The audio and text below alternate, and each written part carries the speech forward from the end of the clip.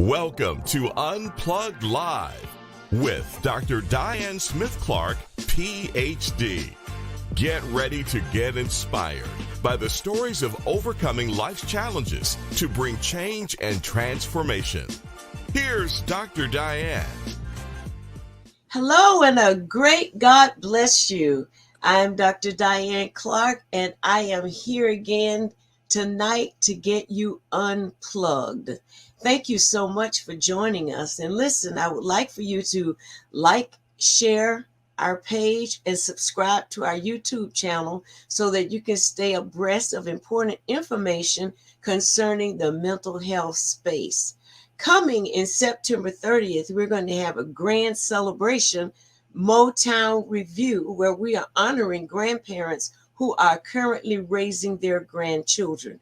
We have special monetary gifts, other surprises and gifts that we're going to be giving away. So if you are a grandparent or you want to nominate a grandparent, you can go to my website, drdianeclark.org. That's drdianeclark.org. And there you will find the form to either register as a grandparent or nominate a grandparent that you would like to see honored on September 30th, 2023. Now, this big event is coming off at the Social Event Center, 644 Cesare Boulevard. And it's going to be an awesome time. We have a live band. We have DJ Charles. Jazzco is going to be there. And we want you to be there. So everyone is welcome to that event. We're just highlighting grandparents raising grandchildren. Come and help us make that a successful event for them and for yourselves. It's going to be fun. All right, I wanted to keep you abreast of what's going on with us. And today we're going to be talking about a very sensitive subject because I was reading some statistics that almost 70% of seniors or people aging past 55 and on are experiencing forms of Alzheimer's and dementia.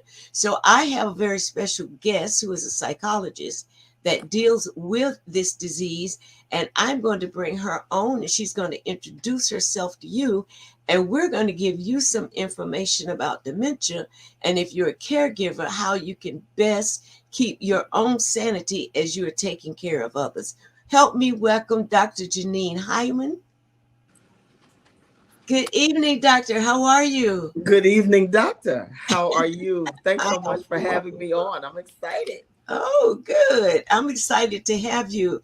Listen, I've run into so many people who are experiencing Alzheimer's. I thought it didn't happen until your 60s, but some of these people are 50, 53, and they're saying they've been diagnosed with that, and their parts of their memory, short term, is just gone. You know, they'll be in a conversation with me, and then maybe the next day they'll say, well, what did we talk about?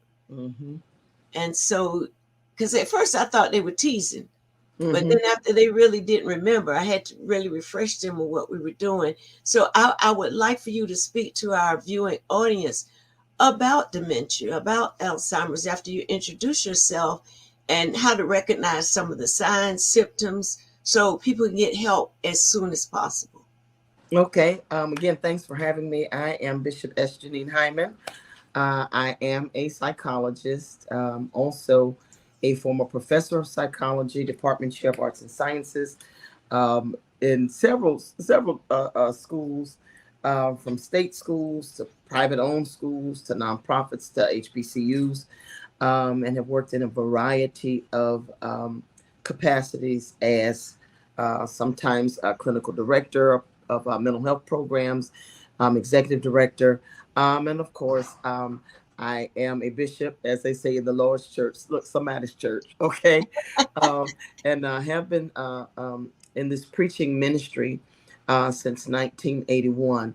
And so between the education piece, the therapeutic piece, and the ministry piece, I have just about seen it all in some capacity or another.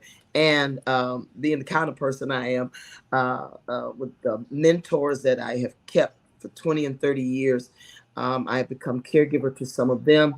And even as I have parents who are 85 years old, grandparents lived until they're almost 100.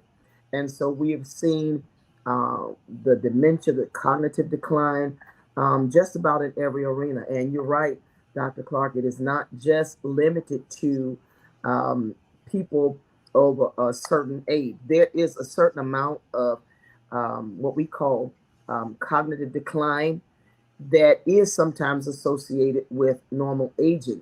When it is your regular, what we just call regular cognitive decline, the person is still able to do basic life functions. It may take them longer to do or longer to figure it out. But when it goes beyond what we would call normal forgetting for that age group or that age range, and it begins to impair daily activities, procedural memory.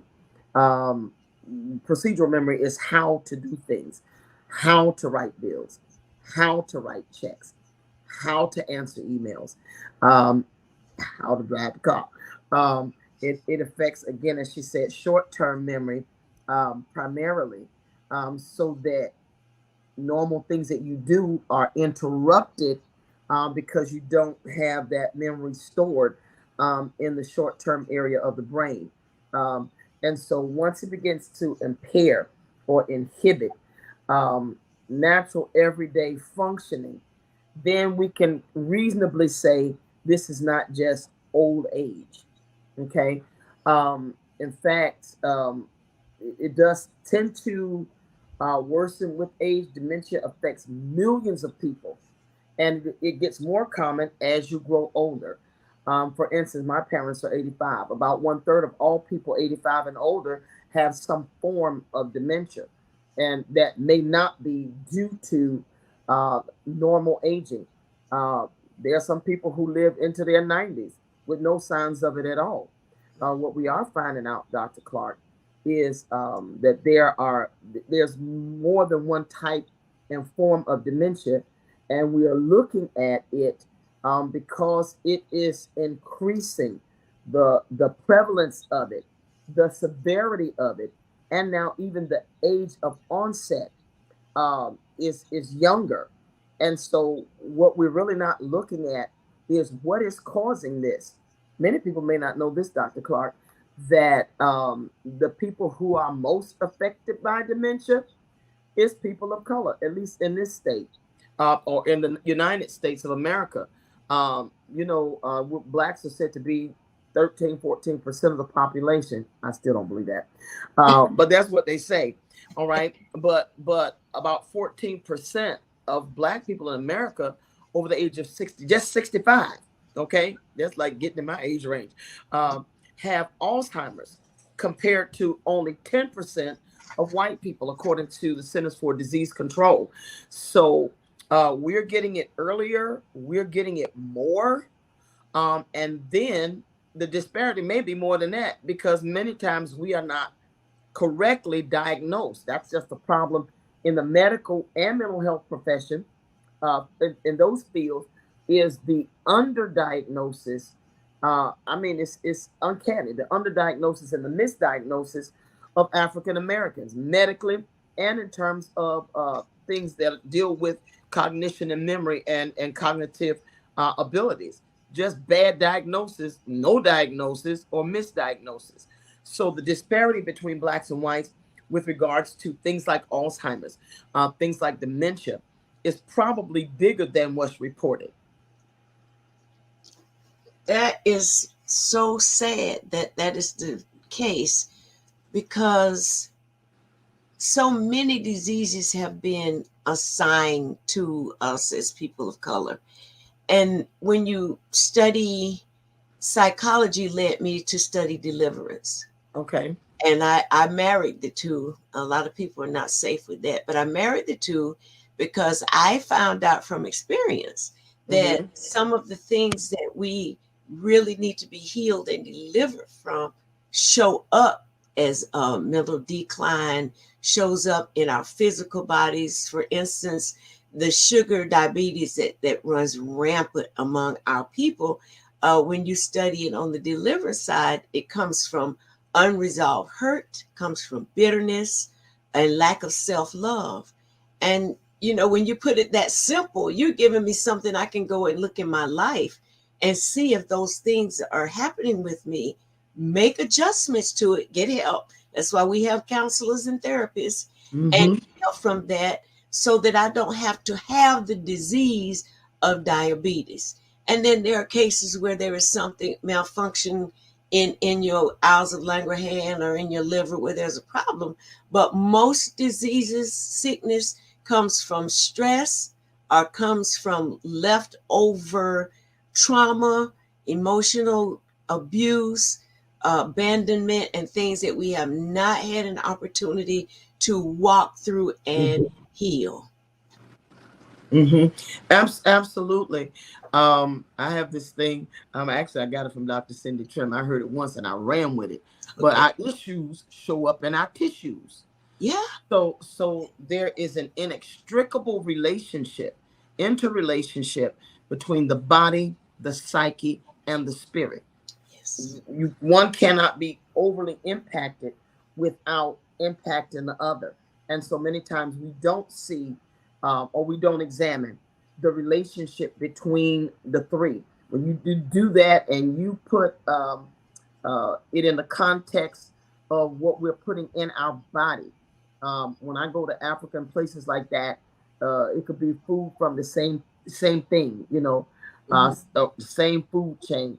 I remember when I went there, they said, Porcel, do you want some Coke? And I said, well, no, I'm a Pepsi lady, but I'm trying not to drink that anymore. You know, I'm trying to get delivered, you know, because I'll just be popping Pepsis, you know. No, this is good Coke. I said, no, me don't like no Coke. And they say, you need to drink this Coke. You're going to like it. And so, you know, I drank the Coke. I was like, this tastes better than Pepsi. Why y'all Coke tastes different than ours? And they said the things that your government allows in the food and in the things you Americans consume, our government here would never allow. So things may taste different here from the same manufacturer because our government does not allow that toxicity. Your government does. And so when we add that, what we're putting in the body, how much the soil is raped because we violate the principle of Shabbat or of Sabbath, of letting that soil rest every 7th year. We're robbing it of nutrients and we're putting steroids and sugar in everything so that people will be addicted to it and buy it. So when you do that, you add our trauma, our personal trauma, Yes. our own family dysfunction. Yes. You add with that a toxic culture that really is against who African Americans authentically are. And then you add with that 400 years of oppression, where now the chicken has come home to roost. Now, all of that trauma has traveled in the DNA.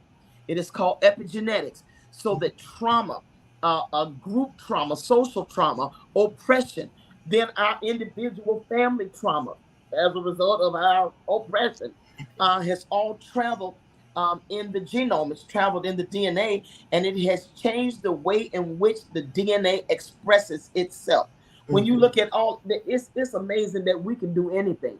And so when we look at even in the United States, that higher rates of dementia among African, American, and Hispanics, when you put in all forms of dementia, we have it at about half the rate, increase half the rate as white America. So you can't dismiss the trauma that travels in the gene. You can't dismiss generations and years of oppression. You cannot dismiss racism, sexism, classism, all of these isms that we still deal with. And so we have to take a different approach than we've taken, Dr. Clark, in terms of preserving ourselves as people of a diaspora. The church got to do a little different because you can't just call Jesus. All right, these folks love Jesus and they got dementia. My mama loved God. Okay. But at 85, she's got dementia. Yes. You see what I'm saying? Yes. So it doesn't, our love for God doesn't interrupt what is going on in the psyche and what is being expressed in the DNA. So we have to change this thing, and we got to look at deliverance on all fronts. On all fronts. I totally agree with you because we've been programmed. Well, religion has programmed us. Yes, ma'am. For instance, we used to tell people when we go soul winning, that once Jesus touched your life, everything's going to be different.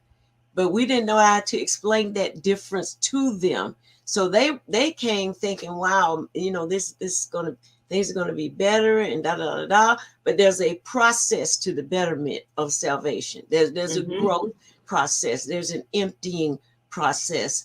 And religion did not prepare us for the reality of salvation. The reality of salvation is that it's free, but the maintenance is costly. Yes, indeed.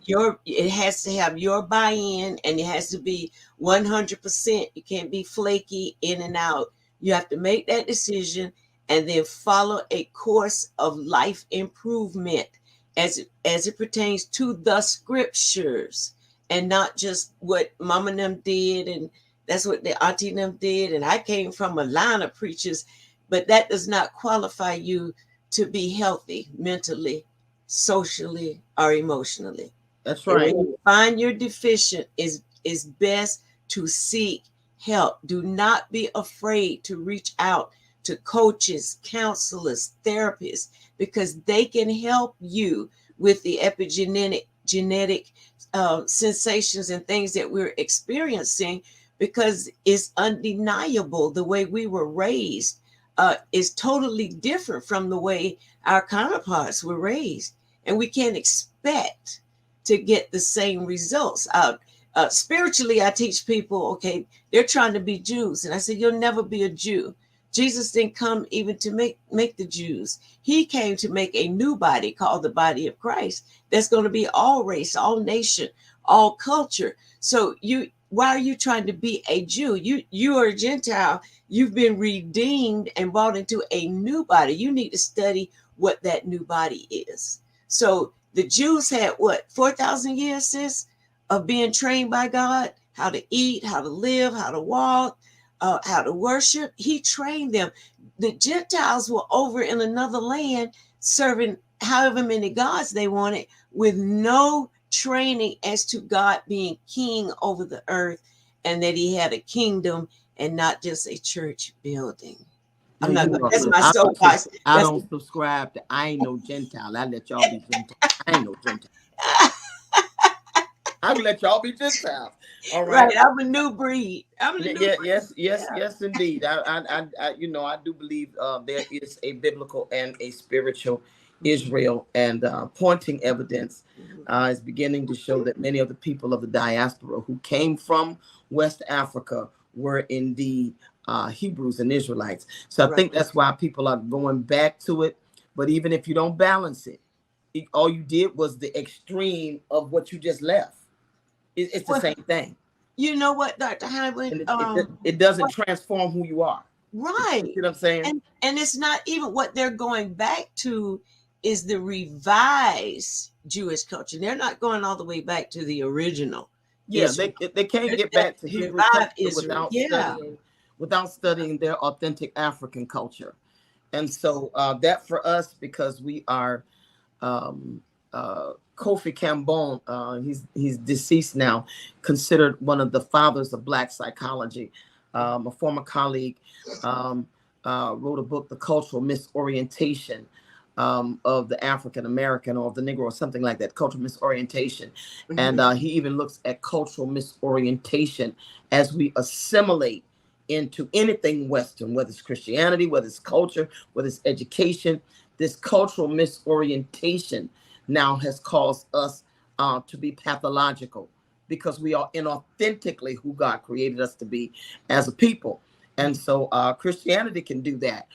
Judaism, as we know it, primarily Western, it can do that. So we have a variety of factors that we are up against religiously, economically, socioeconomically, educationally, how we've been miseducated through religion, through the educational system, because whoever owns the system owns the narrative. And when Yes. somebody owns the narrative, they can hijack your narrative, put theirs in it, redefine you. And so you have all of this working against who you authentically are. And so it's no wonder that when we look at half of our people over 65, 40 to 43%, we believe have some form of dementia or on stage or beginning stage dementia or Right. cognitive decline, which for many people kind of eventuates into that. And so what we need to study and what we haven't studied is how these 90-year-olds, like my mentor who just passed less than a year ago, had almost no decline in cognitive functioning. And she left here at 94 because she chose to. But she was authentically who she was. She was authentically a sage, authentically prophetic, not a Christian, authentically Black, and authentically in her what she was created to do, as an educator, a politician, and a clinical psychologist of her time. Such a trailblazer. And so she didn't get any of it because she was fulfilling her life's calling and became true to herself, willing to take the persecution, the rejection, the threats, because number one, she's female. Number two, she's Black. Number three, she's genius. Number four, she can see. You know, and so you all of that. And so those who do that usually have great social networks. They continue to find purpose and usefulness and helpfulness in it. But something that you said, I think that we have not looked at enough, Dr. Clark. I want to go back to that. Is the connection between trauma and dementia? I don't think we looked at it because number one, we're not going to volunteer to be no guinea pigs because we got a bad history of you practicing on us in our country, and we have a little fear of it. You know, that you'll slip us a little something, you know, or that you'll exploit the data. But I don't think we can separate those things that are still down in there that we had to keep moving because, you know, okay, the husband left. Okay, we got to keep moving. We got children to raise. Okay, he not working or she not working. Okay, we got children to raise. Okay, we know we done bought Uncle Pookie in the house because we need Uncle Pookie check and these children need some discipline. And Uncle Pookie done mess with the children, and we have to overlook that to keep the family together and to keep going. The things that we have had to encounter, from beatings to lynchings to profiling to disparities in wage disparities, they are still there. Housing disparities, they are still there. The wage gap in terms of median income for Black families is less than $18,000, but for white families, the median wealth is it's about $175,000. Yeah. You're talking, we got to live with this overcharged, over interest, and underpaid and overworked. All of these things are working against us because number one, they are realities, and number two, we have not sat with one another, with God, and with historical text, the scripture, to see what is, like you say, what's the standard for us? What's the dietary law for us? Because we're not built like other people. You can't use the same rubrics and measurements to maintain people or to even heal people that you use to oppress them and kill them. And so we got nothing but Jesus, and it's not working. It's not working. Well, you know what? Technically, Doc, it's working because the Bible says the interest of His word gives us light. So it's illuminating us, and God is releasing voices in the earth to help upgrade the education of our people. I experienced something this last weekend that was very disturbing to me. And I should have gotten the officer's badge number, but it was a traumatic experience for me. I was entering into a place and I fell. Now, I can't tell you how. I didn't trip over anything. I was just walking and I stepped up on the curb to go make my entrance, and I fell back. And when I realized I was falling, I kind of turned myself so I wouldn't hit my head. And the policemen were already there on the property dealing with another issue. The black policeman walked over to where I was and said, "What you down there for? Are you drunk?" Oh no. Oh, And no. I was too. Don't tell me that. Don't tell me that. I was supposed to have a different response, but I'm hurting. I'm down on the ground trying to. He didn't say, "Can I help you up? What ma'am, are you all right?" He said, "Are you drunk?" I could not believe. Not even can I help you up. You on the ground. He went back on to what he was doing. And it was some of the saints that were coming behind me that helped me gather myself and get up to go on into the place. I could not believe that. It was humiliating. I was in pain because I later found out I broke my foot. The fall, I broke my foot, bruised my hip bone, and sprung my ankle in that one fall. Ooh. His account of it was, she must have been drunk. How low is that in your own thinking? And you're supposed to be of like mind, or so to speak, of like psychology, that you would respect black women. But that's all you could say. Are you, lady, you drunk? See, that's another whole trauma right there. Yeah, I didn't get his badge number because I really wanted to report him to his sergeant. Right. That was very inappropriate. Whether I was black or white, that was still inappropriate. And whether you were drunk or not, that's inappropriate. You're on the ground. I'm about to get mad. No, don't get mad. It's a normal response. Right. It's a normal response to mistreatment. Yeah. That was dehumanizing. Yes, it was. Dehumanizing. We're still taking that mess. You should not be bothered with this. You know, you're a senior stateswoman now. You know, you Dr. You shouldn't have to be. You pay the price not to have to still deal with this, but clearly we are. And so we know this is still happening because it happened to you.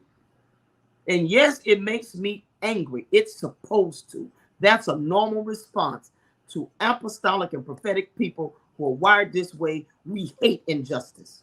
Yes. It sends us into a tizzy. And so when you look at all of this, you know, the fall itself, the scariness of it, you know, the contusions and what have you to your body, even the trauma of, okay, let me be careful because I can't sustain another fall. That all of that, and then you couldn't even get no help from a public servant. Right. You know, but these are the things, believe it or not, that run rampant in our community. And those things often help if you are having dementia, or you are having pre-Alzheimer's. These kinds of things can help escalate you. There you go. To a decline. That's why I brought it up, because how I process it from that point is going to determine a lot of the quality of my life and how I process things. I was already injured from a fall. I've been working overtime not to fall again. And exactly, me too. And then bam, that fear is there. Yes, ma'am. Oh, so I'm like, I've got fall phobia. You know, I don't want to fall anymore. You know, it's like, is it not because I'm getting older? What is all this? The first time I was falling, it was an issue in my back that I had to have 2 spinal fusions. Good Lord. So, you know, and I thought that cleared that up and I was off and running. But it just goes to show, depending on stress, yes, ma'am, can bring on so many ailments in your physical body. Yes, ma'am. I got to have you on again. We got to talk more about this. Maybe I'll do a part 2 to this. Well, depending on your availability. Sure. But I do want my audience to be aware that there's help for you. And if you're a caregiver and you're taking care perhaps of a parent, or you're dealing with a sibling, someone who's suffering with dementia, Alzheimer's, then you need a counselor. You need therapy so that you're not overwhelmed. Dr. Hyman, just take a few minutes and speak to the caregivers, because the caregiver is just as involved in the disease as the person who has it. Okay, dementia, when one has it, everybody has it. Okay. The whole family has it. The community has it. You're looking at and dealing with a decline in memory, changing in their thinking skills. Their judgment is terrible. We call it, they ain't got no filter. Well, that part of the brain that is responsible for inhibiting certain things is not functioning right. So anything may come out that mouth. Poor judgment, poor reasoning skills, making themselves vulnerable to other people, like getting money from them, scamming them, using them, taking things out of the house. You'll see a decreased focus and attention on their ability to stay on task, changes in language. You will see changes in personality and behavior. And many times, all of that hostility, even that goes there, or stuff that was been there all the time, as Dr. Clark talked about, will be aimed at the person that is the caregiver. They may say horrible things to you. And so you got to ask God to protect your heart. You got to understand that this is this syndrome. We don't even call it a disease. It's a syndrome that is degenerative. It gets worse with age. They may know you today and not know you tomorrow. They're going to ask you the same thing 100 times. I don't do well with that. I need a psychologist just for that. I don't do well with grilling me and asking me the same. I don't have time. So the vitriol that you may get, sometimes they get they're cussed. You be like, oh my God, you say you cussing. It's coming from a part of the brain where we've been able to suppress and inhibit that. That part is not working. And understand that Alzheimer's is a type of dementia, not the other way around. There are several types of dementia. We can talk about that later because they act differently. Things that can contribute to it, like blood pressure medication, diabetes, all of these things. And so when you're the caregiver, the psychological impact upon you is great, because you begin grieving the person who looks like that's still Big Mama, but Big Mama is acting like somebody else, and you're watching certain types of skills decline. And if you're not careful, you will try to control that so you can make them who they were to you, and you're gonna wear yourself out, and they're gonna wear themselves out. So if you can get somebody, if they even let you bring anybody in the house, somebody in there, another family member, to relieve you. Take time to go out in nature, even if it's just 30 or 40 minutes, to get sun, to be around trees. Take time to do stuff silly that you like. You are not abandoning them if you take some time off. You're going to have to do it. And, people that you can talk to, if you can increase your social network and talk it through, particularly with other people in your age group, their mamas and daddies act cuckoo too.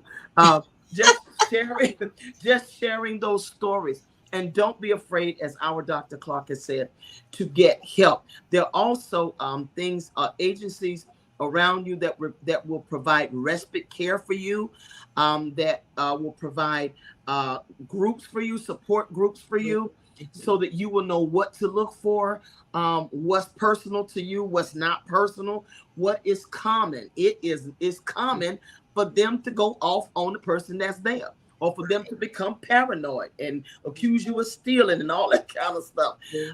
So as my father said, consider the source and learn to guard your heart. Take frequent breaks. Find out what resources are available to you for respite care or to help assist, so you can take a break, and then spend time in prayer, time in nature, and time doing fun stuff. Okay? Don't let your business go lacking because you're taking care of theirs, because many times the caregiver go first. Absolutely. Thank you, Dr. Hyman, for accepting my invitation. We've got to do a part 2. Yes, ma'am. Let's do it. When we get off the air, we need to look at a schedule to really go deeper, because I believe there's some people who are watching the show who are going to be helped by the information that you're giving. Because often when you're taking care of a loved one, especially, and you take time for yourself, thoughts run through your mind, oh, I'm being selfish, they really need me. But you can't help them if you are broken down yourself. Absolutely. And there has to be a better way for our caregivers to operate in life so that they don't lose the totality of themselves in a situation that's temporary. Long-term temporary, but temporary. Thank you so much. And pleasure. I'm going to have you on again, rest assured. Amen. Thank you so much for tuning in. That was Dr. Janine Hyman, a psychologist from Detroit. Richmond, Virginia. Richmond, Virginia. Yeah, I just left Detroit. Okay, that's okay. Richmond, Virginia. So we were grateful to have her on. And listen, we're going to bring part 2 back, so stay tuned. Don't forget, September 30th, we're going to be doing the Motown Review, honoring grandparents who are raising their grandchildren. Now, if you are a grandparent and you want to participate, or you want to nominate a grandparent, you can go to my website, drdianeclark.org. That's drdianeclark.org. And there you will find a registration form so that you may enter to be recognized at that grand event. It's going to be great. The tickets are on sale now. You can get your ticket from Ticketmasters or Eventbrite to be a part of that celebration on September 30th. Currently, we're looking for the grandparents to honor. So again, if you're a grandparent or you want to nominate a grandparent that's raising their own grandchildren, you may do so at our website, drdianeclark.org. Fill out the paperwork. Let's make it a great event for them. We'll see you next Thursday night to help you get unplugged. Thanks for joining us for Unplugged Live with Dr. Diane Smith-Clark, PhD, helping to bring change and transformation in the mental health space within the church community. Dr. Diane wants to hear from you. If you have any questions, comments, guest recommendations, or program topic ideas, visit DianeUnplugged.com and click the Contact Us link. Dr. Diane also appreciates your prayers and your financial support. You can give online at DianeUnplugged.com and select Donate. If your business or ministry organization is interested in sponsoring this program, you can go to DianeUnplugged.com and click the Contact Us link. Unplugged Live is on all the social media platforms. Just search Dr. Diane Smith-Clark, follow, and subscribe. Unplugged Live with Dr. Diane Smith-Clark, PhD. Healthy mind, wealthy life.